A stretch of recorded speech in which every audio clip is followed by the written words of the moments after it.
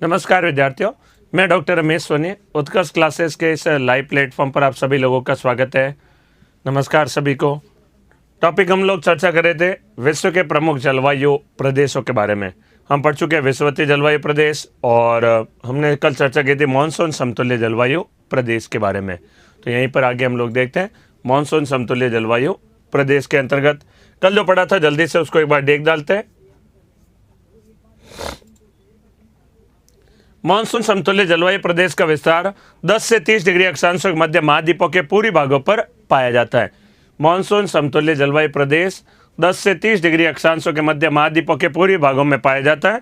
नाम है दक्षिण एशिया, दक्षिण पूर्व एशिया, इधर मध्य अमेरिका, मैक्सिको और ब्राज़ील देश का पूर्वी तट, मोजाम्बिक, मेडागास्कर और ऑस्ट्रेलिया देश के उत्तर पूर्वी भाग में यह जलवायु पाई जाती है। तो ये सारा कहलाता है जलवायु प्रदेश का नाम कहलाता है इसका मानसून समतुल्य जलवायु प्रदेश। तो टॉपिक पे हमने चर्चा की मानसून समतुल्य जलवायु प्रदेश में। इसी के अंतर्गत हमने पढ़ा था यहाँ पर 6 महीने पवने जल से और 6 महीने स्थल से चलती है। ग्रीष्म काल में यहाँ पर बारिश होती है। सर्दी, गर्मी और वर्षा की तीनों की स्पष्ट ऋतुएं देखी जाती है। 2 प्रकार की वनस्पति होती है जहाँ वर्षा की मात्रा ज़्यादा, वर्षा की मात्रा 100 से 200 सेंटीमीटर, 100 सेंटीमीटर जहाँ वर्षा होती है वहाँ पर मानसूनी वनों का विकास, और लगभग 200 के निकट जहाँ पर होती है वहाँ पर सदाबहार वनों का विकास देखा जाता है। तो यहाँ पर यह जलवायु प्रदेश कहलाता है मानसून समतुल्य जलवायु प्रदेश के नाम से। रोजाना प्रतिदिन मैं कईयों को फ़ोन कर रहा हूँ और लगातार उनके रेस्पॉन्स पूछ रहा हूँ। क्या कोई दिक्कत है, समस्या है तो आप नोट करके रखिएगा। प्रतिदिन किसी न किसी के पास में फ़ोन जरूर आएगा। कल भी कई सारे फ़ोन गए थे, तो लगातार आप उससे जुड़े रहिएगा, ठीक है।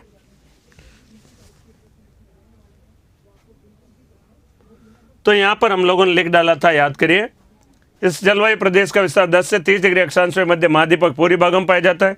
यह जलवायु प्रदेश एशिया महाद्वीप के दक्षिण एशिया, दक्षिण पूर्व एशिया, मध्य अमेरिका, मैक्सिको देश और ब्राज़ील देश के पूर्वी तटीय क्षेत्र, मोजाम्बिक, मेडागास्कर और ऑस्ट्रेलिया के उत्तर पूर्वी भाग शामिल है। इस जलवायु प्रदेश में वर्षा की मात्रा 100 से 200 सेंटीमीटर के मध्य होती है। अधिकांश ग्रीष्म काल में होती है और यहाँ उत्तर पूर्वी व्यापारिक पवनें प्रवाहित होती है। अब यहाँ पर तापमान के बारे में इत्यादि, और वर्षा कब होती है, ग्रीष्म काल के बाद में। सर्दी, गर्मी और वर्षा की स्पष्ट ऋतुएं यहाँ पर देखी जाती है। इंडिया को याद करिए और आंसर निकालिए, बिल्कुल सिंपल बस सी बात है। यहीं पर आगे मैं लिख रहा हूं कल जो लिखा था वर्षा, तापमान, इसी में आगे नोट कर रहे हैं हम लोग। गुड मॉर्निंग, जल्दी इस टॉपिक पे जुड़िए और लगातार देखते हैं हम।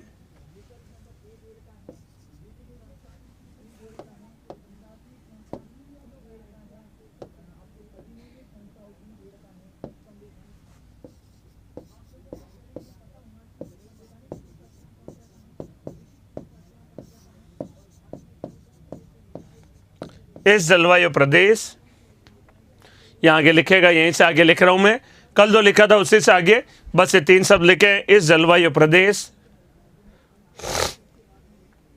इस जलवायु प्रदेश, इस जलवायु प्रदेश में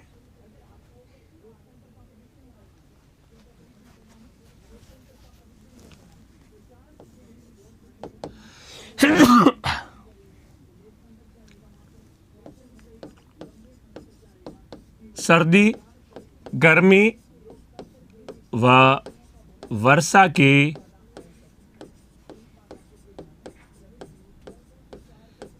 स्पष्ट ऋतुएं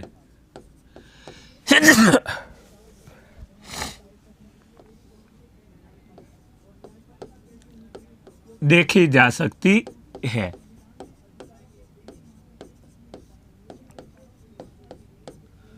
सर्दी, गर्मी और वर्षा की स्पष्ट ऋतुएं देखी जा सकती है। यहां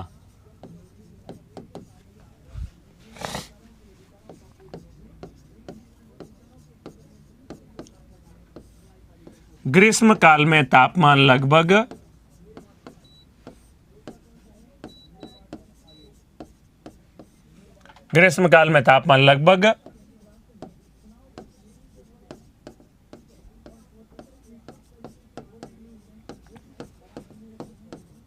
35 डिग्री सेंटीग्रेड के निकट रहता है।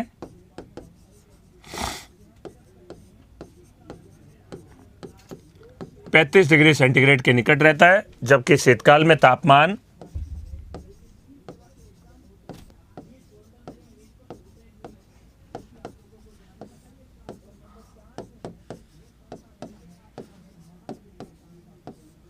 जबकि शीतकाल में तापमान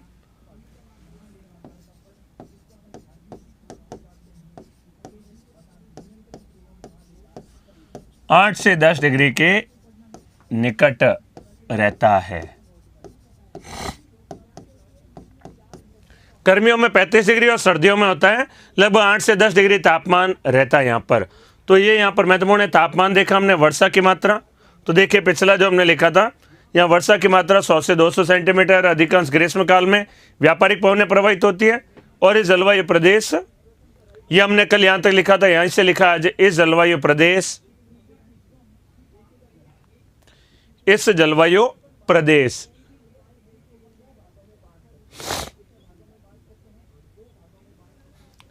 में सर्दी, गर्मी और वर्षा की ऋतुएं देखी जा सकती है। यहाँ ग्रीष्मकाल में तापमान 35 और शीतकाल में तापमान होता है 8 से 10 डिग्री के निकट रहता है। हमने पढ़ा था पौने टॉपिक में, याद करिए, 6 महीने पौने जल से स्थल की ओर और 6 महीने स्थल से जल की ओर, जल से स्थल और स्थल से जल। जलीय पौने और स्थलीय पौने चलती है 6 महीने, जलीय और 6 महीने स्थलीय पौने चलती है। इस जलवायु प्रदेश में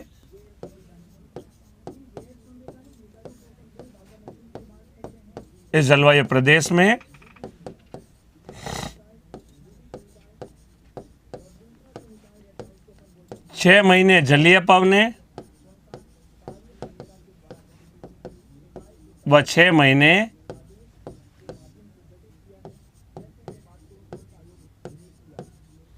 स्थलीय पवने प्रवाहित होती है। स्थलीय पवने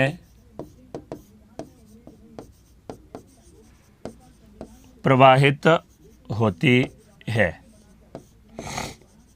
6 महीने जलीय और 6 महीने स्थलीय पवनें यहाँ पर प्रवाहित होती है। तो ये था, हमें तापमान और वर्षा की मात्रा के आधार पर हमने जो सारी बातें लिखी, तापमान कितना, वर्षा कितना। देखिए क्लास से चलती है मेरी 9 से 10 बजे चल रही है लेवल 1 में, और लेवल 2 में चलती है, लेवल 2 के अंतर्गत चलती है, अर्थात 10:15 से 11:15 के बीच में। देखिए फास्ट तो मैं कैसे पढ़ाऊँ, इसी स्पीड से पढ़ा पाऊंगा जो आपके सामने बढ़िया से हो। फास्ट पढ़ाऊंगा तो फिर समझ में आ नहीं पाएगा, सीधी सी बात है। समझना है या जल्दी कोर्स करना है, क्वालिटी या क्वांटिटी, वो आपको चुनना होगा। मैं क्वालिटी पे विश्वास करता हूँ, क्वांटिटी पे नहीं। मैं कोई ऐसा ही विशेष किया किसी विशेष एग्जाम को ध्यान में रखते हुए नहीं पढ़ा रहा हूँ, आपके सब्जेक्ट मजबूती के हिसाब से पढ़ा रहा हूँ। जो टॉपिक आपको यहाँ पर पढ़ना होगा वो बढ़िया से हम लोग पढ़ेंगे, ठीक है। फिर भी मेरा प्रयास रहेगा एग्जाम को ध्यान में रखते हुए आपको पढ़ाऊँ, SI वगैरह के एग्जाम को और अन्य एग्जामों को ध्यान में रखते हुए। तो 6 महीने जलीय और 6 महीने स्थलीय पवनें प्रवाहित होती है।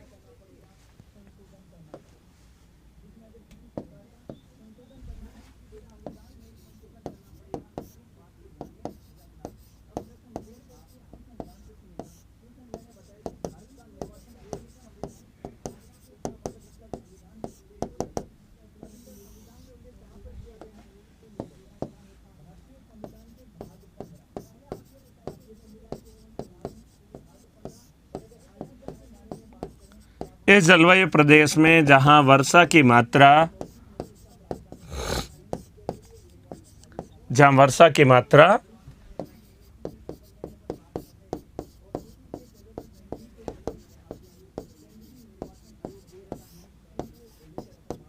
100 सेंटीमीटर के निकट रहती है,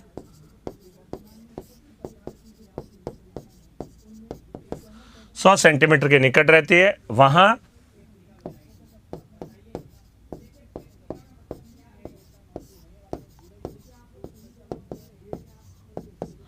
मॉनसूनी वनों का विकास होता है। अब देखिए कमेंट तो बहुत सारे आते हैं, मैं सही सारे नहीं देख पाऊंगा, तो जल्दी से यहां पर नोट करिए। मॉनसूनी वनों का विकास होता है जिसमें प्रमुख वृक्ष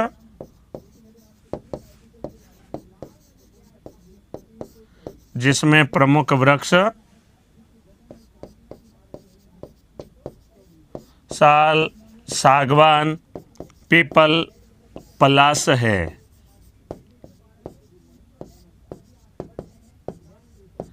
ये यहाँ के प्रमुख वृक्षों के नाम है, साल, सागवान, पीपल और पलास है।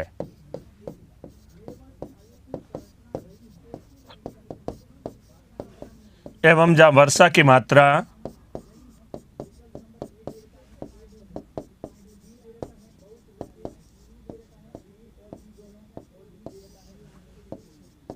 अपेक्षाकृत अधिक, अर्थात 100 से 200 सेंटीमीटर के मध्य में।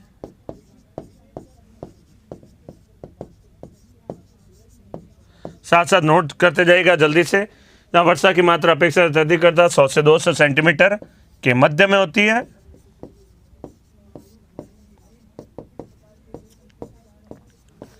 मध्य में होती है वहां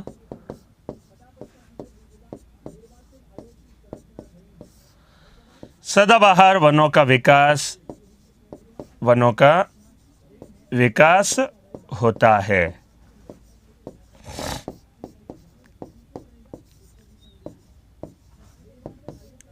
जिनमें प्रमुख वृक्ष सदाबहार के प्रमुख वृक्ष है रबड़, महोगनी, रोजवुड व सिंकोना।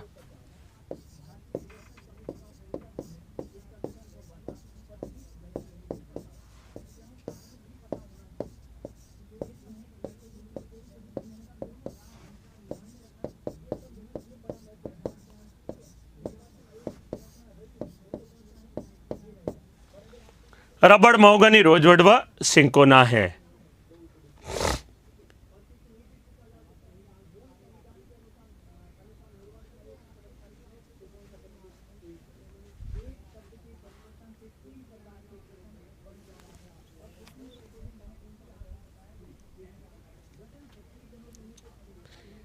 इस एरिया में व्यापारिक पवनों की प्रभाव ज्यादा रहता है। 10 से 30 डिग्री अक्षांशों के मध्य व्यापारिक पवनों का प्रभाव रहता है सामान्यतया, क्योंकि उपोष्ण कटिबंधीय उच्च दाब क्षेत्र का विस्तार 23.5 से 35 डिग्री अक्षांशों के मध्य में और वहीं से पवनें चलती है। पवनों का नाम कहलाता है यहाँ पर व्यापारिक पवनें, उत्तर पूर्वी व्यापारिक पवनें। पछुआ पवनें होती है लेकिन बहुत ही कम प्रभाव है। पछुआ पवनों का एरिया इस क्षेत्र में कम है, होता जरूर है, नो डाउट होता है, लेकिन बहुत कम प्रभाव है। व्यापारिक पवनों का प्रभाव अधिक रहता है। व्यापारिक पवनों का प्रभाव ज्यादा है और पछुआ पवनों का प्रभाव अत्यंत कम है। तो व्यापारिक पवनों का प्रभाव ज्यादा है, इसलिए वहां पर व्यापारिक पवनें लिखे। भूमध्य सागरीय जलवायु प्रदेश में व्यापारिक पवनें ज्यादा प्रभावित करेगी। तो देखिए, ज्यादा प्रभावित करे और एक थोड़ा सा प्रभावित करे, थोड़ा वाले बात नहीं लिखेंगे। मुख्य जो है वो व्यापारिक पवनों का क्षेत्र कहलाता है ये वाला। मैं इनकार नहीं कर रहा हूं कि पछुआ पवनें नहीं चलती, ऐसा नहीं है, लेकिन व्यापारिक पवनों का प्रभाव अधिक रहता है।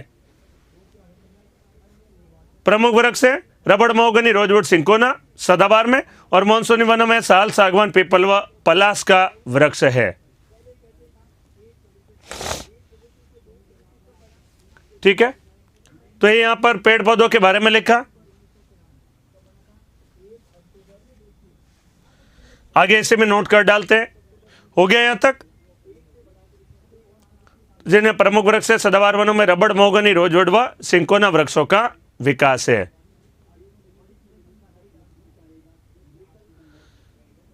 सर टीटी ऑफलाइन कोचिंग कब स्टार्ट होगी? कोचिंग स्टार्ट होने की संभावना नजर आ रही है 15 जुलाई के बाद में। तो 15 जुलाई के बाद में पूरी संभावना है कोचिंग खुल जाएगी। सागवान की लकड़ी से फर्नीचर बनाए जाते हैं, साल से भी बनाए जाते हैं। पीपल का वृक्ष शुद्ध ऑक्सीजन देता है। पलास के वृक्षों पर फूल आते हैं।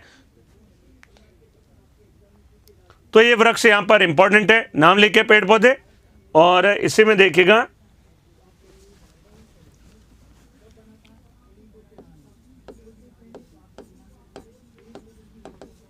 इन वनों में जैव विविधता प्रचुर मात्रा में, जैव विविधता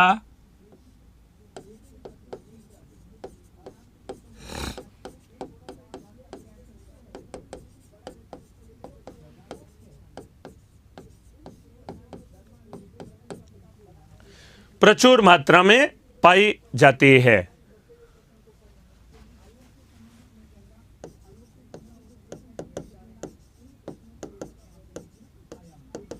यहाँ के वनों में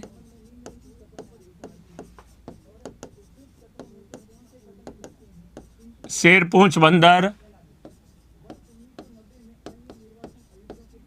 नीलगिरी ताहर हिरण की एक प्रजाति होती है। नीलगिरी ताहर, हिरण, भालू,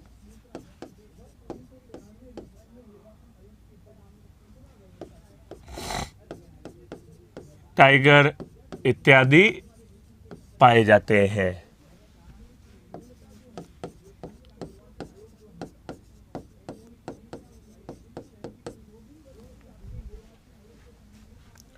तो ये कहलाता है मानसूनी समतुल्य जलवायु प्रदेश के बारे में।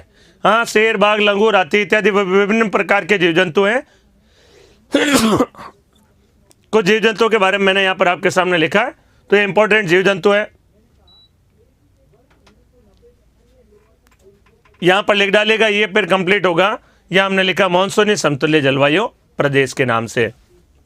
देखिए, इनमें ज़्यादा महत्वपूर्ण है इनका वितरण वगैरह याद करना, कौन कौन से क्षेत्रों में पाया जाता है। जैसे कहा था मैंने, ब्राजील देश के पूरी तटीय क्षेत्रों में, मध्य अमेरिका, मैक्सिको, दक्षिण एशिया, दक्षिण पूर्व एशिया, विभिन्न ये जो क्षेत्र है ये वाले महत्वपूर्ण रहेंगे।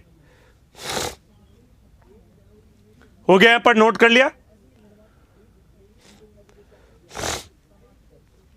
सही कहा, उष्णकटिबंधीय पर्णपाती, शुष्क पर्णपाती, आर्द्र पर्णपाती, अनेक सारे वन है, लेकिन यहाँ वन स्पेशली नहीं पढ़ रहे हैं, क्योंकि वन स्पेशली पढ़ेंगे तो वन वाला टॉपिक हो जाएगा, बहुत ज्यादा लंबा हो जाएगा फिर ये।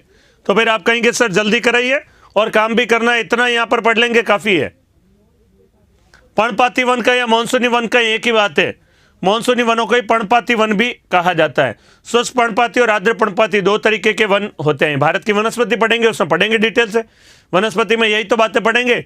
शुष्क पर्णपाती और आर्द्र पर्णपाती क्या होते हैं, क्या क्या इनके वृक्षों के प्रकार है, वे सारी बातें पढ़ेंगे। तो देखिए, यहां तक हमने पढ़ा, ये सारा यहां पर चर्चा की। अब आते हैं यहां पर अगला जलवायु प्रदेश है। देखिए, मानसूनी के बाद में आता है सवाना समतुल्य जलवायु प्रदेश। सवाना समतुल्य जलवायु प्रदेश, सवाना समतुल्य जलवायु प्रदेश के नाम से। सर एसआई का एग्जाम आ गया है और कैसे कोर्स खत्म होगा, जो पढ़ रहा है वो पहले ध्यान से पढ़ लीजिए, सितंबर तक सब करवा देंगे, धैर्य रखिए, कोई न कोई इलाज निकालेंगे, बढ़िया से करेंगे। और वैसे भी मैं आपको बता दूं, मैं यहाँ पर एग्जाम विशेष का ध्यान में रखते हुए कोई भी सिलेबस नहीं कराऊंगा, सब्जेक्ट मजबूत कराने के हिसाब से कराऊंगा, फिर भी मेरे क्वेश्चन दिमाग में रहेगा, आपके लिए बढ़िया से और जल्दी से अच्छा सा कर दूं, ठीक है। तो अब इस बात की जिद नहीं करिएगा कि सर एग्जाम आ रहा है जल्दी करा दो। एक एग्जाम के पीछे मेरा एसआई को लेकर ये सिलेबस नहीं चल रहा है, अनेक सारे एग्जाम को ध्यान में रखते हुए चल रहा है, तो उसी हिसाब से चलेगा। सवाना समतुल्य जलवायु प्रदेश, देखिए सवाना समतुल्य जलवायु प्रदेश वही 10 से 30 डिग्री अक्षांशों के मध्य महाद्वीपों के मध्यवर्ती भागों में पाया जाता है। यहाँ वर्षा की मात्रा महाद्वीपों के मध्यवर्ती भागों में होता है, वर्षा की मात्रा कम पाई जाएगी, और वर्षा की मात्रा यहाँ पर कम होगी तो यहाँ पर वनस्पति का विकास होगा, अर्थात घास भूमियों का विकास हो जाएगा, और घास भूमियाँ कहलाती है, इन्हीं को नाम देते हैं सवाना घास भूमि, लेनोस घास भूमि, कैंपोस घास भूमि, याद करिए पढ़ा था, उष्ण कटिबंधीय घास भूमियाँ, वे सारे नाम यहाँ पर आ जाएंगे। तो यहाँ पर देखिएगा चित्र के अंतर्गत 10 से 30 डिग्री अक्षांशों मध्य महाद्वीपों के मध्यवर्ती भागों में सवाना घास भूमि का विकास पाया जाता है।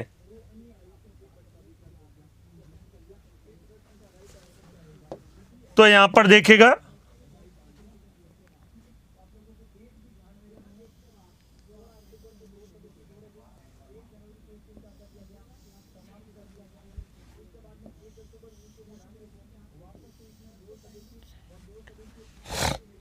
दस से 30 डिग्री अक्षांशों मध्य में यहां पर घास भूमियों का विकास पाया जाता है, नाम कहलाता है सवाना घास भूमि के नाम से। सवाना घास भूमि कहलाती है सवाना घास भूमि। मैं प्रयास करूंगा, देखिए बार बार एक ही बात के लिए जिद नहीं करिएगा। सभी जने, बहुत जने कमेंट लिख रहे हैं सर इंडियन ज्योग्राफी करवा दीजिए, ऐसा तो नहीं एक वर्ल्ड बीच में छोड़कर अब इंडियन ज्योग्राफी करवा दूं, ये तो संभव नहीं है। कोशिश करूंगा, कोई कोई इलाज निकालेंगे और जल्दी से करेंगे, करूंगा मैं। आपका सितंबर में एग्जाम है तो प्रयास करूंगा उससे पहले पूरा करने का, कोई न कोई उपाय निकालेंगे, टाइमिंग बढ़ाएंगे या कुछ न कुछ आगे प्रयास करेंगे। सोचने का समय दें, लेकिन अभी इन बातों, व्यर्थ बातों में अपना समय नहीं लगाएं, पढ़ने में ध्यान दीजिए। मैंने आपको पॉजिटिवली कह दिया, प्रयास करेंगे तो जरूर करेंगे उस बारे में, जल्दी से इस बारे में कोई न कोई निर्णय लेंगे। तो ये कहलाता है सवाना घास भूमि, और ये भी कहलाती है सवाना। ये कहलाएगी लेनोस घास भूमि और कैंपोस घास भूमि। लेनोस, कैंपोस और सवाना महाद्वीपों के मध्यवर्ती भागों में 10 से 30 डिग्री अक्षांशों के मध्य में घास भूमियां पाई जाती है, नाम कहलाती है सवाना घास भूमि। सवाना घास भूमि अफ्रीका महाद्वीप में दोनों तरफ और दक्षिणी अमेरिका महाद्वीप के उत्तरी भागों में लेनोस, दक्षिणी भागों में कहलाती है कैंपोस के नाम से जानी जाती है। यहाँ वर्षा की मात्रा अत्यंत कम होती है क्योंकि भूमध्य रेखा पर तापमान ज़्यादा, वर्षा की मात्रा ज़्यादा। ध्रुवों की ओर जाएंगे तापमान लगातार घटता चला जाए, तापमान घटेगा, वर्षा की मात्रा भी घटेगी। वर्षा की मात्रा जब घटेगी तो वनों का विकास यहाँ पर कम हो जाएगा। हमने पढ़ा था 0 डिग्री पर घने वन। यहाँ से हम ध्रुवों की ओर जाएंगे, ध्रुवों की ओर जाएंगे तो वर्षा की मात्रा लगातार कम होती चली जाती है। और वर्षा की मात्रा जब कम होगी तो यहाँ पर पेड़ पौधों का विकास कम होगा और घास भूमियों का विकास यहाँ पर हो जाता है। तो यहाँ पर घास भूमियाँ बन जाएगी सवाना, लेनोस और कैंपोस घास भूमि उष्ण कटिबंधीय घास भूमियों के उदाहरण कहलाते हैं। ये कहलाती है उष्ण कटिबंधीय घास भूमियाँ। ऐसा नहीं कि वृक्ष बिल्कुल भी नहीं होगा, घास भूमियों का विकास ज़्यादा होगा और उसके बाद में यहाँ पर इसके अंतर्गत कुछ छोटे बीच बीच में अनेक जगहों पर वृक्षों का विकास होगा। तो घास भूमियों के बीच में बिखरी हुई अवस्था में वृक्षों का यहाँ पर विकास पाया जाता है। तो बिखरी हुई अवस्था में वृक्षों का विकास पाया जाता है। तो इस सवाना घास भूमि, लेनोस घास भूमि के क्षेत्रों में बिखरी हुई अवस्था में पेड़ पौधों का विकास पाया जाता है, जिसे हम पार्क लैंड के नाम से जाना जाता है। एक शब्द आता है पार्क लैंड। तो घास भूमियों के बीच में बिखरी हुई अवस्था में जब पेड़ पौधे पाए जाते हैं तो उसे पार्क लैंड के नाम से जाना जाता है, पार्क लैंड के नाम से जाना जाता है। डिस्कवरी में देखिएगा ज़्यादातर जो प्रोग्राम आते हैं वो इसी जगह के आते हैं, सवाना घास भूमि। शेर, हाथी, जिराफ, जेब्रा इत्यादि विभिन्न प्रकार के शाकाहारी और मांसाहारी जंतु, विशाल आकार के जंतु यहाँ पर पाए जाते हैं। तो शाकाहारी और मांसाहारी विशाल आकार के जंतु यहाँ पर पाए जाते हैं। वनस्पति अपेक्षाकृत कम होती है, घास भूमियों का विकास होता है, शाकाहारी मांसाहारी जंतु पाए जाते हैं। ग्रीष्म काल में तापमान रहता है लगभग 30 डिग्री के निकट और शीतकाल में तापमान रहता है 18 डिग्री के आसपास रहता है। 15 से 18 डिग्री के निकट में टेम्परेचर रहता है। तो ये घास भूमियों का क्षेत्र कहलाता है सवाना घास भूमि और ये लेनोस व कैंपोस घास भूमि के बारे में कहा जाता है। तो ये 3 बातें याद रखनी है, लेनोस, कैंपोस और सवाना घास भूमि के बारे में। तो ये हमने पहले भी पढ़ चुके हैं, याद करिए। तो ये सारा कहलाता है लेनोस, सवाना और कैंपोस घास भूमि के बारे में। छोटा ही है ये जलवायु विभाजन, ज़्यादा याद रखने की बातें नहीं है क्योंकि सवाना घास भूमि वगैरह हम पढ़ चुके हैं, पहले याद करिए। तो देखिएगा अगला जो जलवायु प्रदेश है वो नाम कहलाता है, यहां पर हम चर्चा करेंगे सवाना घास भूमि के बारे में। सवाना या सूडान समतुल्य जलवायु प्रदेश।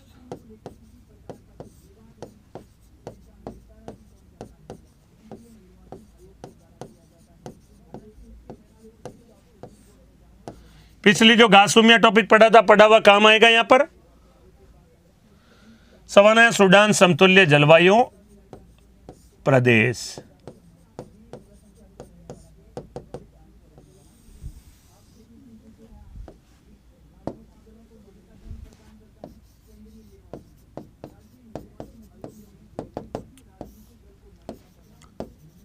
यह जलवायु प्रदेश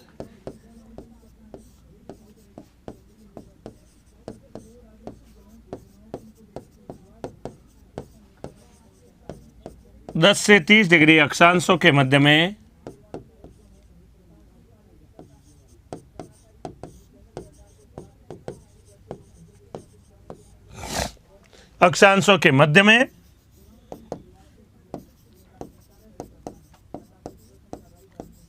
महाद्वीपों के। बहुत बढ़िया प्रश्न मनोज कुमार जी कह रहे ऑस्ट्रेलिया में नहीं, ऑस्ट्रेलिया में ऐसी घास भूमि नहीं पाई जाती। ऑस्ट्रेलिया में शीतोष्ण कटिबंधीय घास भूमि है, डाउन से, वो उष्ण कटिबंधीय घास भूमि नहीं है। 10 से 30 डिग्री अक्षांशों के मध्य में महाद्वीपों पर दोनों गोलार्धों में पाई जाती है।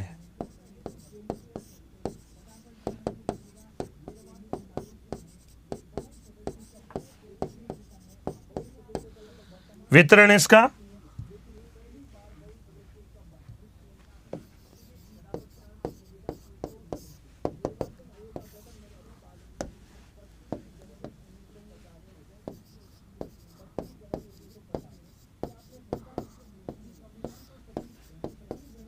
यह जलवायु प्रदेश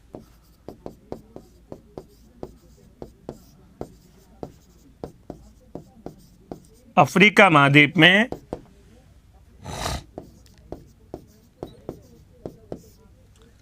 सवाना घास भूमि के क्षेत्रों में। सवाना घास भूमि के क्षेत्रों में।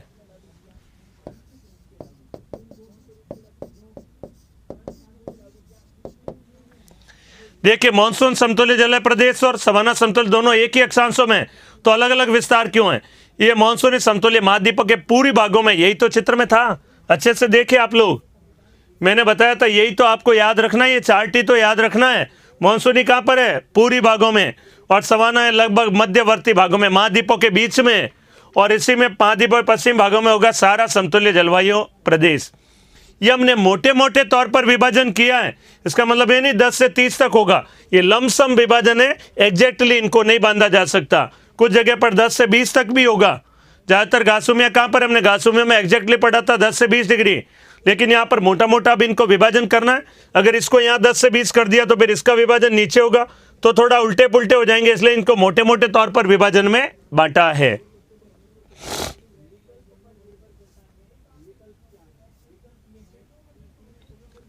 इस यह जलवायु प्रदेश अफ्रीका महाद्वीप में सवाना घास भूमि के क्षेत्रों में,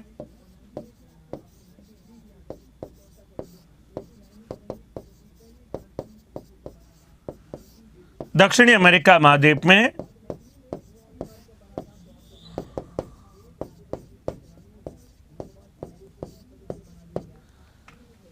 लेनोस व कैंपोस घास भूमियों के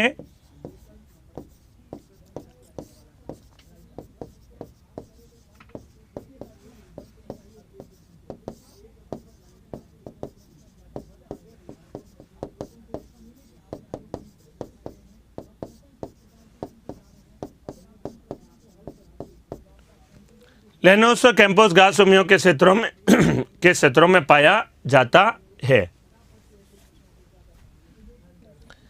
इतना ज्यादा डीप जाने की जरूरत नहीं है, सिंपल सा पढ़िएगा।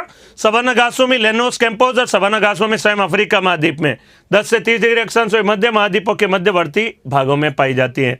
बस इतना सिंपल सा याद रखना, ज्यादा उसमें टेक्निकली जाएंगे तो ज्यादा और कंफ्यूज होते चले जाएंगे।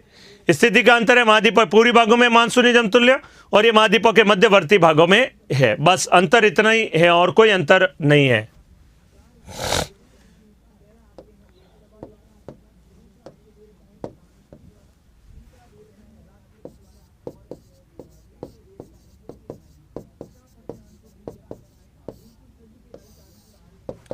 इतना डिटेल हम जाएंगे तो 6 महीने भी कोर्स नहीं हो पाएगा, इसलिए थोड़ा अच्छे से और जल्दी से बातों को समझते जाना और पढ़ते चले जाना है।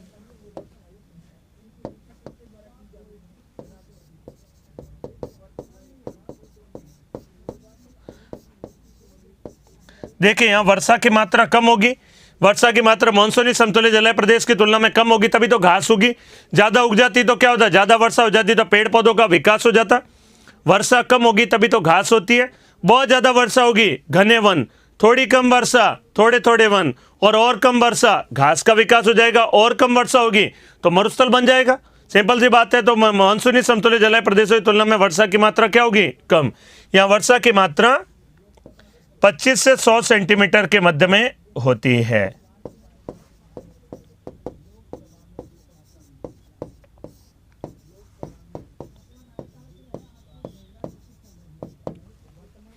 के मध्य में होती है।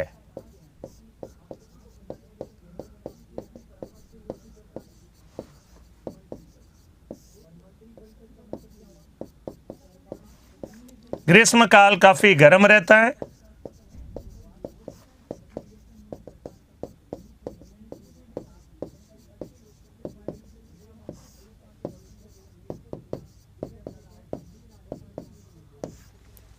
ग्रीष्म काल है वो काफी गर्म रहता है, गर्मी पड़ती है यहां पर भी। ग्रीष्म काल काफी गर्म रहता है और ग्रीष्म काल में तापमान, हाँ एसआई की डेट आ गई है और एग्जाम जल्दी से हो जाएंगे सितंबर में, तो आप अच्छे से तैयारी करिएगा बढ़िया से। सितंबर में एग्जाम होंगे एसआई के, राजस्थान एसआई में एसआई के जो एग्जाम की डेट है वो आगे सितंबर में उसके एग्जाम होंगे। ग्रीष्म काल काफी गर्म रहता है, ग्रीष्म काल में तापमान, यहां तक नोट करिएगा, ग्रीष्म काल में तापमान, यहां तक नोट कर लीजिए। यहाँ वर्षा प्रतिदिन नहीं होती है, वर्षा केवल वर्षा के सीजन में ही होगी और वो केवल 25 से 100 सेंटीमीटर, कहीं पर 25 तो कहीं पर 100, अधिकतम 100 और मिनिमम 25 सेंटीमीटर। ग्रीष्मकाल काफी गर्म रहता है। ग्रीष्मकाल में तापमान यहां तक नोट हो गया।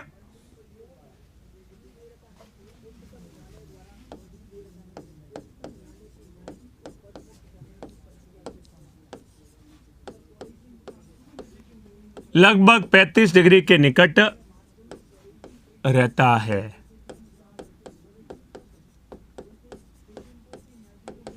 एवं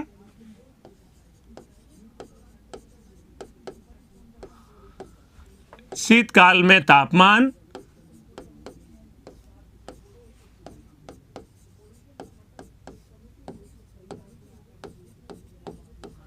लगभग 15 से 18 डिग्री सेंटीग्रेड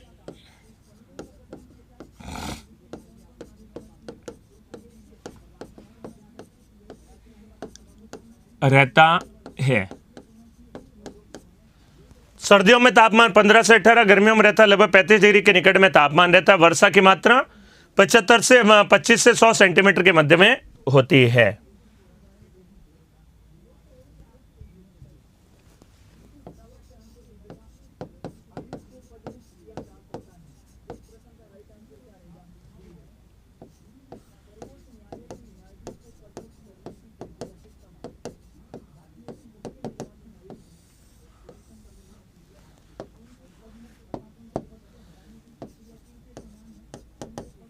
यहां वर्षा की मात्रा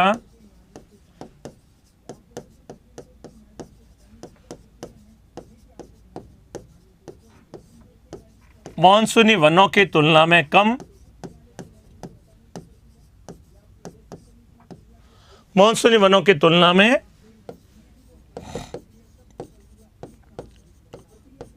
कम होने के कारण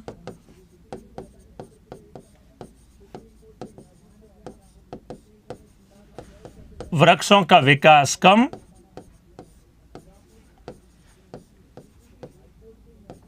एवं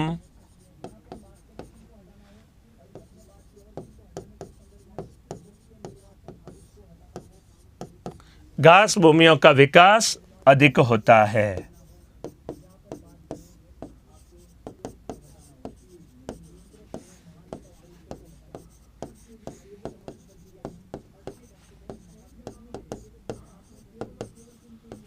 यहाँ लंबी व मोटी घास पाई जाती है।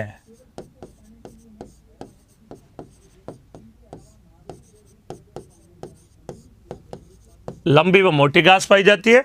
इन घास भूमियों के क्षेत्रों में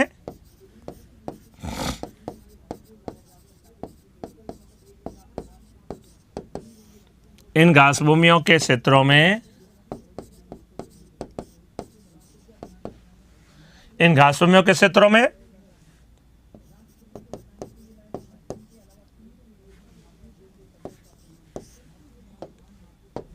अनेक शाकाहारी एवं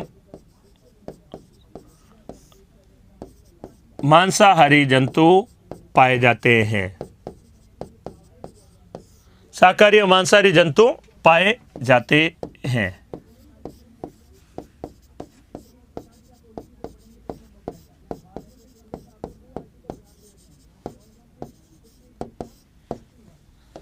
जिनमें शेर, हाथी, जिराफ, जेब्रा, सवाना घासभूमि प्रोग्राम आता है डिस्कवरी में, कई बार बताते हैं अफ्रीका महाद्वीप में, जिनमें शेर, हाथी, जिराफ,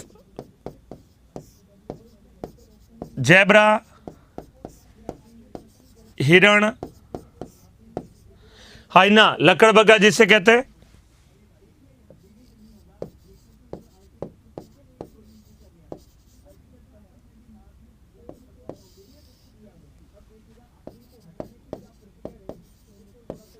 इत्यादि पाए जाते हैं।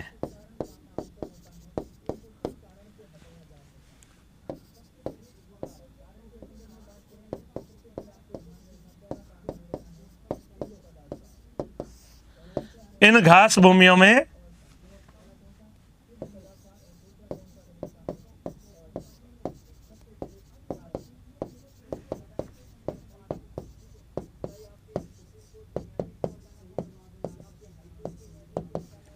बिखरी हुई अवस्था में वृक्षों का विकास।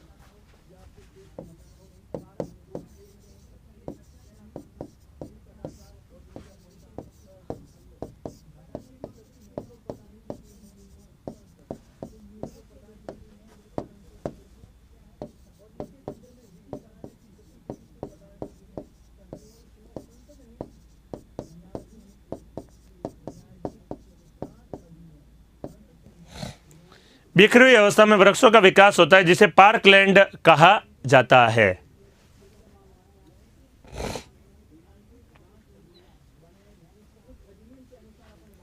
बिखरी हुई अवस्था में वृक्षों का विकास पाया जाता है। फर्स्ट टॉपिक तो विषुवतीय जलवायु प्रदेश था। वहाँ टेम्परेचर होता है लगभग 30 डिग्री के आसपास रहता है, 27-30 डिग्री के निकट में जितना पाया जाता है उतना ही लिखा है मैंने आपको यहाँ पर, क्योंकि वहाँ पर वनस्पति का विकास क्या है, ज़्यादा है। तो बहुत ज़्यादा टेम्परेचर का प्रभाव नहीं हो पाता है, न बहुत ज़्यादा सर्दी का प्रभाव, न बहुत ज़्यादा गर्मी का प्रभाव। आर्द्रता बहुत ज़्यादा होती है।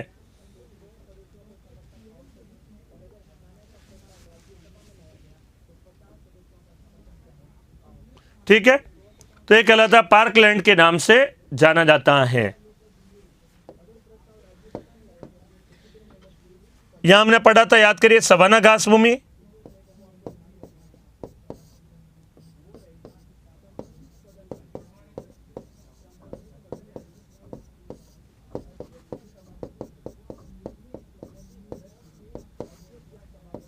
अफ्रीका महाद्वीप में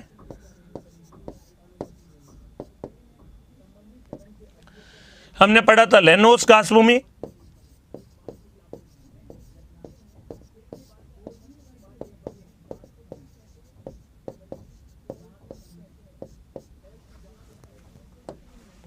लेनोस घास भूमि।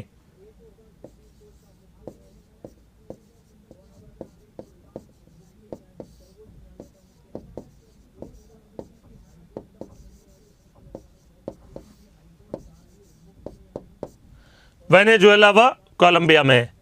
कैंपोस घास भूमि,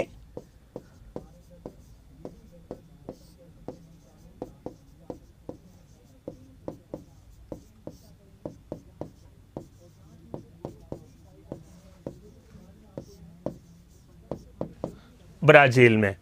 ये घास भूमियां जो यहां पर पाई जाती है तो ये कहा जाता है, इनको लेनो, सवाना और कैंपोस के नाम से जाना जाता है।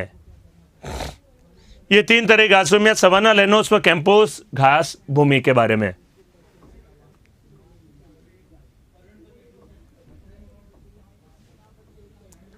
तो ये तीन तरह की घास भूमियां, सवाना, लेनोस व कैंपोस।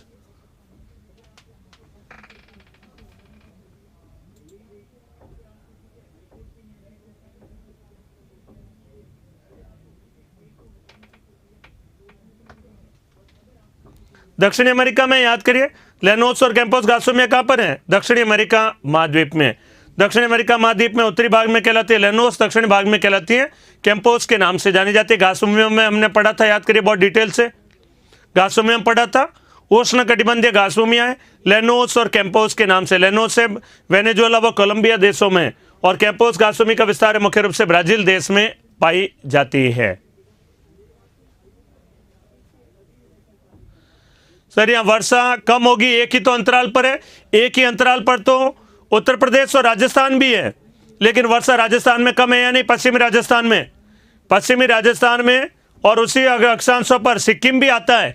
राजस्थान जिस अक्षांश पर है उसी अक्षांश पर सिक्किम भी है, लेकिन वर्षा वहां पर क्या होती है? कम है, क्योंकि राजस्थान में मरुस्थलीय भाग है, मानसून का पैटर्न अलग है। वहां पर एक अक्षांश पर होने का मतलब ये नहीं है कि वहां पर अर्थात वर्षा की मात्रा बराबर हो हमेशा। उदाहरण दिया मैंने आपको, एक ही अक्षांश पर राजस्थान है और उसी अक्षांश पर सिक्किम राज्य भी है। जाकर चेक करिएगा चाहे तो अक्षांश में।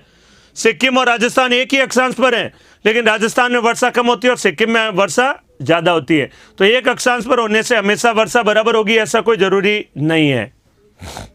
वो अनेक परिस्थितियों पर निर्भर करती है, ऊंचाई पर निर्भर करती है, समुद्र से दूरी, पड़ा होगा, जलवायु को प्रभावित करने वाले कारक, अरावली की स्थिति, अनेक सारे कारक होते हैं जो प्रभावित करते हैं। तो लेनोस, कैंपोस और सवाना के नाम से जानी जाती है। यह कहलाता है सवाना या सूडान समतुल्य जलवायु प्रदेश के बारे में। तो यहां हमने देखा इसका विस्तार वगैरह, कहाँ वितरण है, वर्षा व तापमान की मात्रा, वनस्पति का विकास यहाँ पर, पेड़ पौधे और जीव जंतुओं के बारे में, पार्कलैंड शब्द और कौन कौन सी घास भूमियां यहाँ पर हमने नाम लिखा।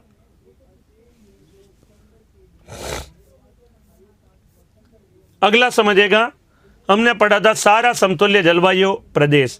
10 से 30 डिग्री अक्षांशों के मध्य में महाद्वीपों के पश्चिम भागों में जो जलवायु प्रदेश पाया जाता है सारा समतुल्य जलवायु प्रदेश के नाम से जाना जाता है। अनेक महाद्वीपों के अंतर्गत इसका विस्तार है, पढ़ा था हमने, याद करिए। सभी मरुस्थल महाद्वीपों के पश्चिम भागों में, चित्र के रूप में देखेगा यहाँ पर, सारा क्लियर हो जाएगा। वर्षा की मात्रा अत्यंत कम होगी यहाँ पर व्यापारिक पवनें चलेगी, वर्षा की मात्रा कम होगी, चित्र के रूप में देखिएगा। अगला लिखा रहा हूं, सारा समतुल्य जलवायु प्रदेश 10 से 30 डिग्री अक्षांशों के मध्य महाद्वीपों के पश्चिमी भागों में पाया जाता है, तो कहलाता है सारा समतुल्य जलवायु प्रदेश। तो अगला जलवायु प्रदेश से नाम कहलाता है सारा समतुल्य जलवायु प्रदेश। ये था सवाना समतुल्य जलवायु प्रदेश, सवाना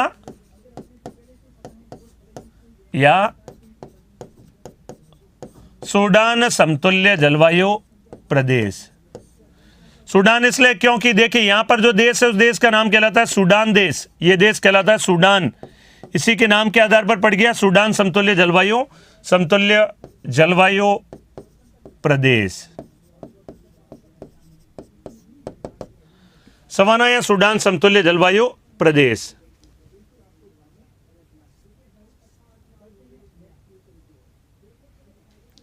अगला जलवायु प्रदेश है सारा समतुल्य जलवायु प्रदेश।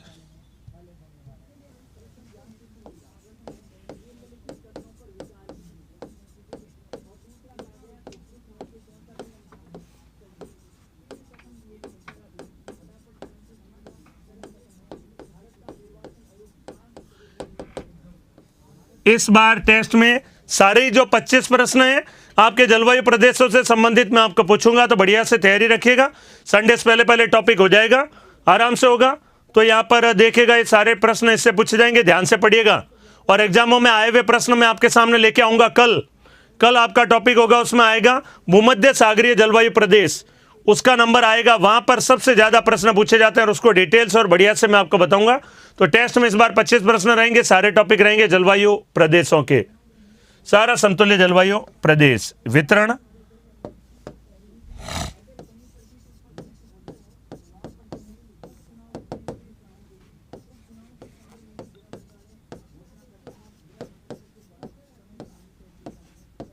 यह जलवायु प्रदेश 10 से 30 डिग्री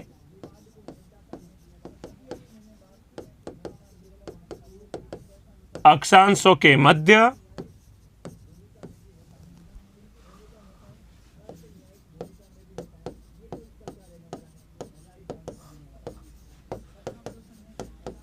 महाद्वीपों के पश्चिमी भागों में पाया जाता है। महाद्वीपों के पश्चिम भागों में पाया जाता है।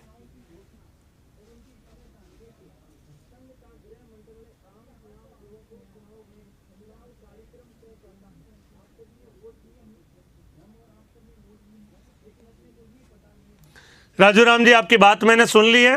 दोनों में मैं देखिए लेवल 1 लेवल 2 में जरूर अंतर रखता हूं। आप चाहे तो जाके पर्वत टॉपिक देखिएगा, आपको प्लेट टेक्टोनिक्स के साथ में समझाया था, वहां पर प्लेट टेक्टोनिक्स के साथ में नहीं समझाया है।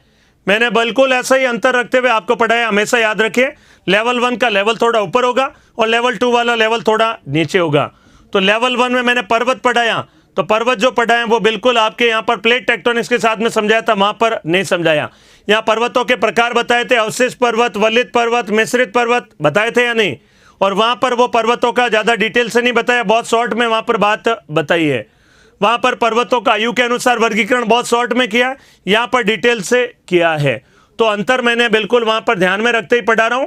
और कृपया ऐसी सलाह मुझे ना दें तो बढ़िया है, क्योंकि ये अधिकार क्षेत्र मेरा है और ये सलाह देने का कार्य नहीं करें, क्योंकि मेरे को बिल्कुल दिमाग में मालूम है कौन सा कहां पर क्या अंतर रखना, उसको ध्यान में रखते हुए।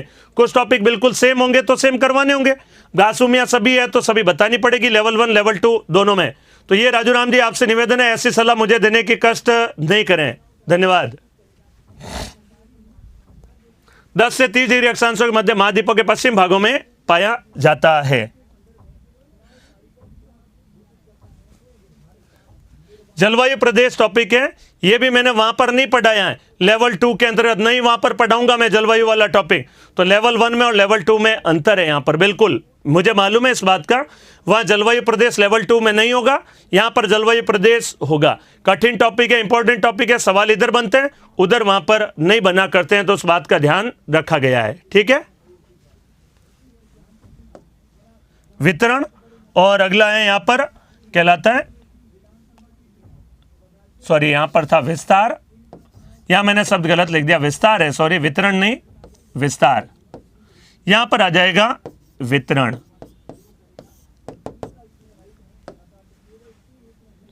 तो देखिए इसका पहले मैं चर्चा कर देता हूं, अनेक सारे मरुस्थलों का आपके सामने चित्र बना रहा हूं, वही फिर यहां पर हम वितरण के रूप में लिखेंगे यहां पर। ठीक है,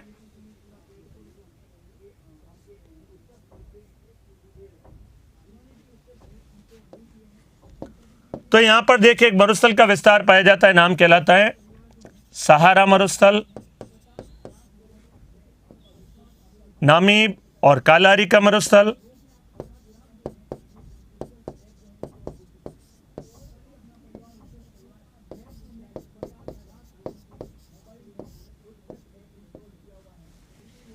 नामीब का मरुस्थल, कालाहारी का मरुस्थल।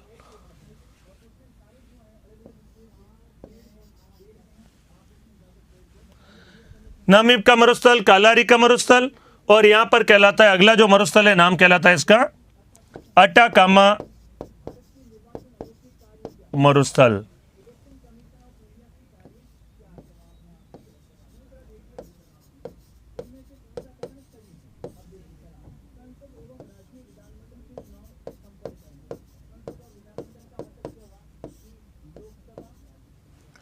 मोजावे व सोनोरान मरुस्थल, सारा मरुस्थल, नामीब, कालारी मरुस्थल।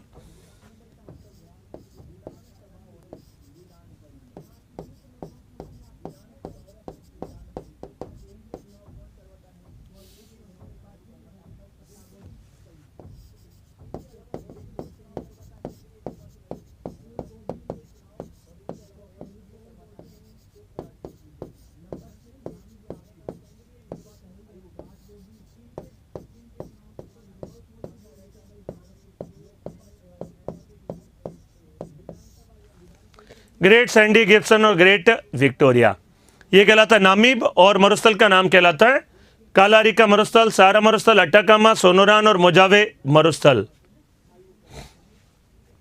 अगला देखिएगा, यहां पर हमने पढ़ा था थार का मरुस्थल,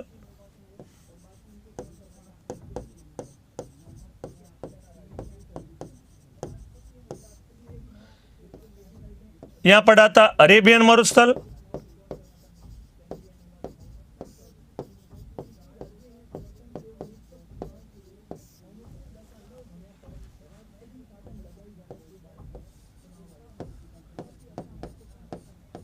दस्त ए कावीर,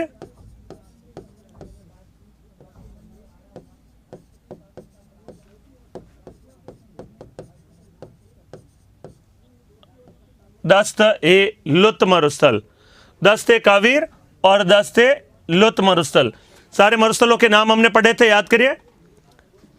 दस्ते कावीर, दस्ते लुत हमने पढ़ा था ईरान देश में, थार का मरुस्थल भारत पाकिस्तान में, अरेबियन मरुस्थल अरब के क्षेत्र में, सारा मरुस्थल, नामीब, कालारी, अटाकामा, सोनोरान, मोजावे, ये सारे मरुस्थलों के बारे में हमने पढ़ा था। ग्रेट सैंडी गिब्सन और ग्रेट विक्टोरिया मरुस्थल, तो ये सारे मरुस्थलों के यहां पर नाम आपके सामने लिखे हैं।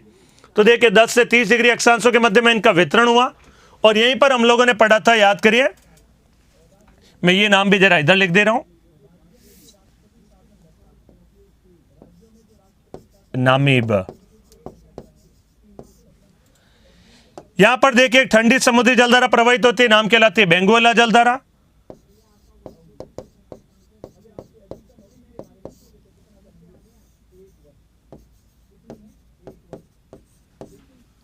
कनारी,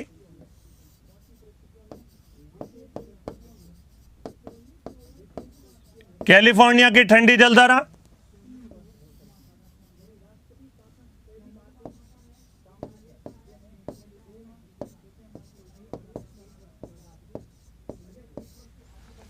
पेरू या हम्बोल्ट जलधारा, पेरू या हम्बोल्ट जलधारा, इधर कैलिफोर्निया की जलधारा, कनारी की जलधारा, नामीब और कालारी, अरेबियन दस्ते, कावेर दस्ते, लो थार और ग्रेट सैंडी गिब्सन और ग्रेट विक्टोरिया मरुस्थल। और यहीं पर हमने एक मरुस्थल और पढ़ा था, याद करिए, इसका नाम कहलाता है पैटागोनिया का मरुस्थल।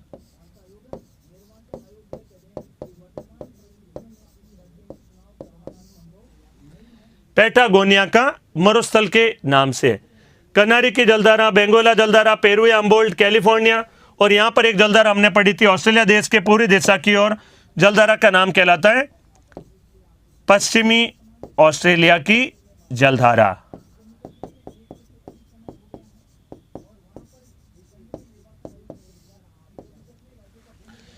पश्चिमी ऑस्ट्रेलिया की जलधारा। तो ये जलधाराओं के नाम है। ठंडी जलधारा इन मरुस्थलों के निर्माण में योगदान देती है। और यहीं पर देखिए व्यापारिक पवनें चलती है इन क्षेत्रों से, इन्हीं क्षेत्रों से यहाँ पर चलती है, इसी सीध में यहाँ से पवनें चलती है। व्यापारिक पवनें उपोष्ण कटिबंधीय उच्च दाब के क्षेत्र में यहाँ से व्यापारिक पवनों की शुरुआत होती है। ये पवनें कहलाती हैं व्यापारिक। जब देखिए पवनें इनके ऊपर से यहाँ से जाएगी तो नमी को लेकर जाएगी अपने साथ में, नमी लेकर जाएगी तो व्यापारिक पवनों के क्षेत्र में ये सारे क्षेत्र व्यापारिक पवनों के क्षेत्र में, तो व्यापारिक पवनें यहाँ की नमी को कम कर देगी। और इस क्षेत्र में यहाँ पर पवनें जाती है, नाम कहलाती है पछवा पवनें। यहाँ इधर की ओर जाती है पछवा पवनें। तो देखिए एक तरफ से व्यापारिक पवनें, दूसरी तरफ से पछवा पवनें। अगर मैं यहाँ से क्षेत्र से दोनों तरफ पवनें निकालूं, यहाँ पर दोनों तरफ यहाँ पर पवनें यदि जाएगी तो यहाँ पर क्या होगा, ये क्षेत्र शुष्क रह जाएगा बीच में। राजू राम जी आपकी बात सुन ली है, बार बार कमेंट करके कृपया ध्यान भंग करने की कोशिश नहीं करें, पढ़ने का ध्यान रखें, आपसे निवेदन है, ठीक है। अन्यथा पहली बार कह रहा हूं ब्लॉक कर दिए जाएंगे।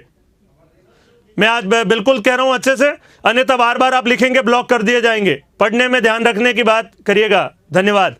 देखिए मैं नॉर्मली कुछ कहता नहीं हूं, इसका मतलब ये नहीं है, केवल पढ़ने का ध्यान रखिए यहां पर, ठीक है। तो कहलाता है सारा मरुस्थल के क्षेत्र में इधर पवनें चलती है, नाम कहलाती है पछवा पवनें, और ये पवनें कहलाती है व्यापारिक पवनें।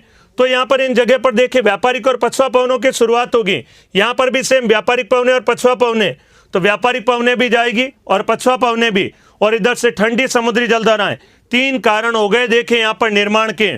तो एक तरफ तो व्यापारिक पवनों का चलना इस क्षेत्र से, इधर से पछवा पवनें चलती है, दोनों तरफ से पवनें चलेगी तो दोनों ही नमी लेकर जाएगी साथ में, और नमी लेकर जाएगी तो यहाँ पर क्या बन जाएगा लंबे समय बाद मरुस्थल। और साथ ही साथ पश्चिम दिशा में ठंडी समुद्री जलधाराएं भी प्रवाहित हो रही है, और ठंडी समुद्री जलधाराएं जब प्रवाहित होती है तो देखिए यहाँ से ये नमी ले जा रही है, इधर से ये नमी खींच रही है, तो ये लंबे समय क्षेत्र बाद में क्या हो जाएगा, शुष्क क्षेत्र में बदल जाता है। तो लंबे समय बाद में यह शुष्क क्षेत्र में बदल जाता है, तो मरुस्थलों का निर्माण हो जाता है महाद्वीपों के पश्चिमी भागों में, अर्थात जिनमें देखिए मोजावे सोनोरान, अटाकामा, पैटागोनिया, नामीब, कालारी, सारे मरुस्थलों का चित्र मैंने आपके सामने बना दिया। ये कहलाता है सारा समतुल्य जलवायु प्रदेश का वितरण हुआ। तो यहाँ पर देखिए वर्षा की मात्रा 25 सेंटीमीटर के निकट ही रहती है, क्योंकि उच्च दाब का क्षेत्र हमने पढ़ा था उपोष्ण कटिबंधीय उच्च दाब के क्षेत्र में आता है। ये क्षेत्र उपोष्ण कटिबंधीय उच्च दाब का क्षेत्र, यहाँ विषुवतीय निम्न दाब क्षेत्र, तो यहाँ पवनें ऐसे जाकर गिरती है, याद करिए, याद आ रहा होगा। उपोष्ण कटिबंधीय, यहाँ पवनें विषुवतीय निम्न दाब क्षेत्र से ऐसे जाकर गिरती है, नाम कहलाता है उपोष्ण कटिबंधीय उच्च दाब क्षेत्र के नाम से जाना जाता है। हमने पढ़ा था उत्तरी गोलार्ध में पवनें दाईं ओर। बहुत बढ़िया से देखिए सारे कॉन्सेप्ट एक साथ लेके आ रहा हूँ। व्यापारिक पवनों की शुरुआत, पछवा पवनों की शुरुआत, विषुवतीय क्षेत्र में तापमान ज्यादा, वहीं गर्म होकर ऊपर जाएगी और ये जाकर गिरेगी दाईं ओर और ये गिरेगी बाईं ओर, दाएं बाएं जाकर गिरेगी। तो यहाँ पर क्या होगा, उच्च दाब क्षेत्र का निर्माण होगा। और उच्च दाब का जहां पर क्षेत्र निर्माण होता है वह सामान्यतः बादलों का निर्माण नहीं होता है। क्यों नहीं होता, जरा एक छोटा सा उदाहरण देता हूं। भारत में देखिए गर्मी ज्यादा पड़ती है, हवाएं गर्म होती है, ऊपर उठती हैं, तो निम्न दाब बनता है, तभी तो बारिश आती है गर्मियों के दौरान। गर्मियों में क्या होता है, तापमान ज्यादा गिरता है, हवाएं गर्म होकर ऊपर जाती है, निम्न दाब बन जाता है। यहाँ पर उच्च दाब का क्षेत्र है, और उच्च दाब का जहाँ क्षेत्र बनता है वहाँ बारिश कम होती है, इसलिए यहाँ पर मरुस्थलों का निर्माण हो गया है। तो मरुस्थलों के निर्माण में 4 कारक हो गए, देखिए यहाँ पर इंपॉर्टेंट। व्यापारिक पवनों का चलना, पछवा पवनों का चलना, यहाँ से ठंडी समुद्री जलधाराओं का प्रवाहित होना, और उच्च दाब का क्षेत्र निर्मित होना, हवाओं का यहाँ पर आकर गिरना, और गिरने से यहाँ पर उच्च दाब क्षेत्र का निर्माण हो जाता है। और उच्च दाब क्षेत्र का निर्माण होता है, वहाँ पर बादलों का विकास कम होता है और वर्षा की मात्रा कम होती है।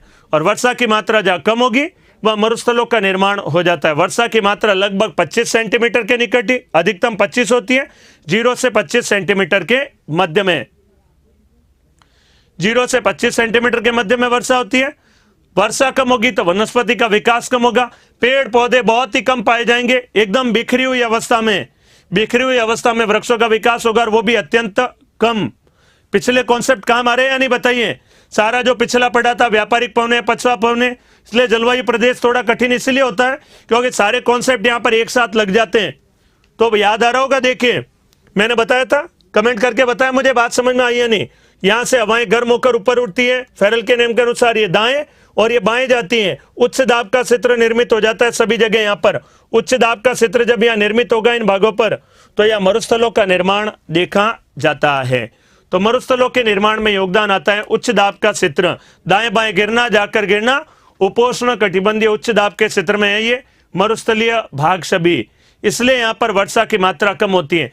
वनस्पति, वर्षा की मात्रा कम तो वनस्पति कम होगी। ऐसी वनस्पति जो बिल्कुल थोड़ी थोड़ी सी घास जैसी उगती है, कोई कुछ कुछ वृक्ष, उसको कहते हैं जीरोफाइट वनस्पति कहा जाता है, या इसे हम कहते हैं मरुद्भिद वनस्पति। जीरोफाइट या मरुद्भिद वनस्पति के नाम से जाना जाता है। मरुद्भिद, मरुस्थल में होती है मरुद्भिद, या जीरोफाइट वनस्पति के नाम से जाना जाता है।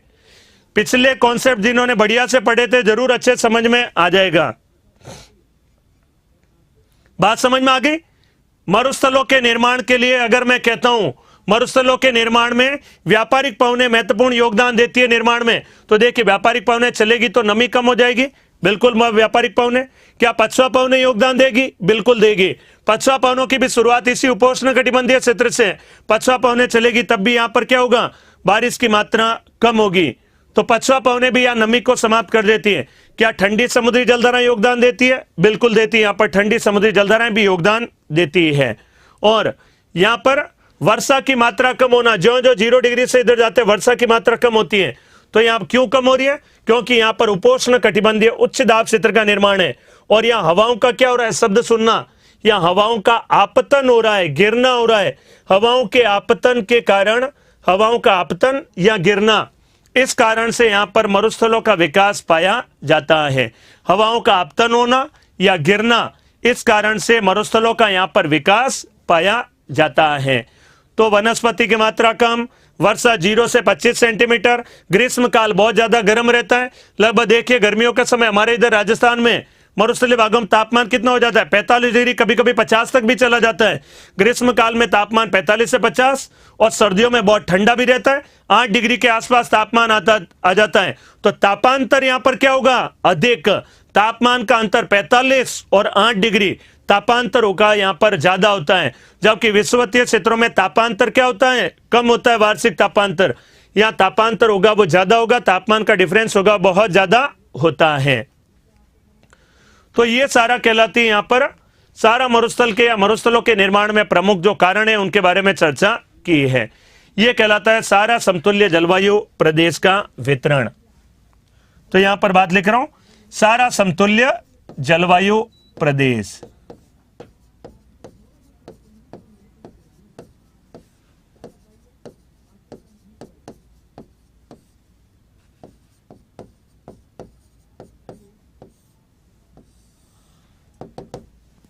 सहारा समतुल्य जलवायु प्रदेश। देखिए यहां पर सारे मैंने लिख दिए, सारा टाइप ऑफ क्लाइमेट, जिसे हम कहें सारा टाइप ऑफ क्लाइमेट कहेंगे, सहारा टाइप ऑफ क्लाइमेट। नाम सारा है तो सारा ही रहेगा।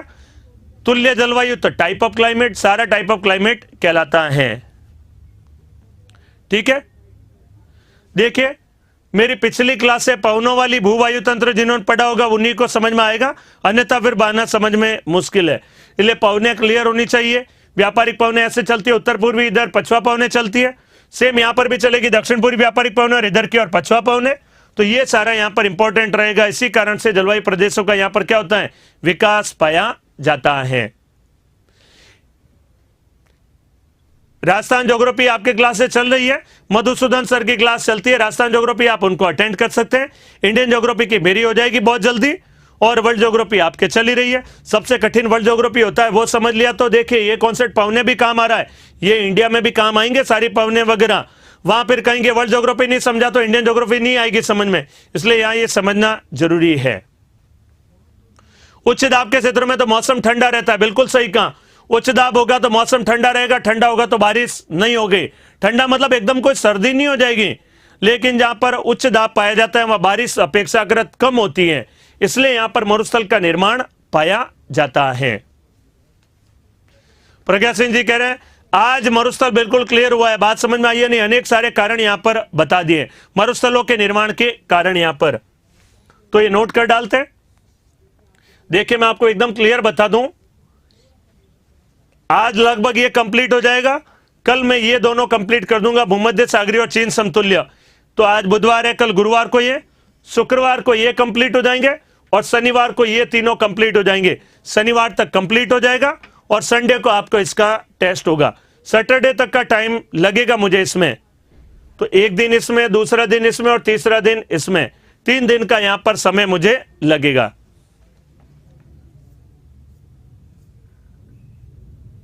वितरण तो देखेगा समय का पता ही नहीं चल रहा है, समय तो हो गया है। यह जलवायु प्रदेश देखिए एशिया महाद्वीप में एशिया, अफ्रीका,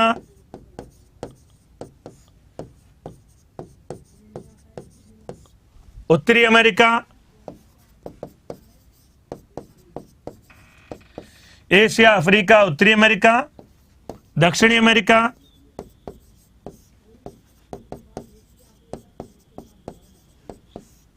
व ऑस्ट्रेलिया।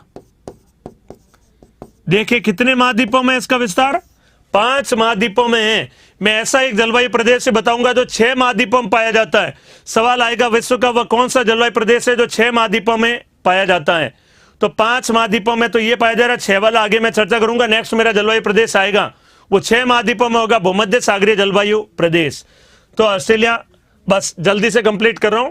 यह जलवायु प्रदेश एशिया, अफ्रीका, उत्तरी अमेरिका, दक्षिण अमेरिका व ऑस्ट्रेलिया महाद्वीप में पाया जाता है,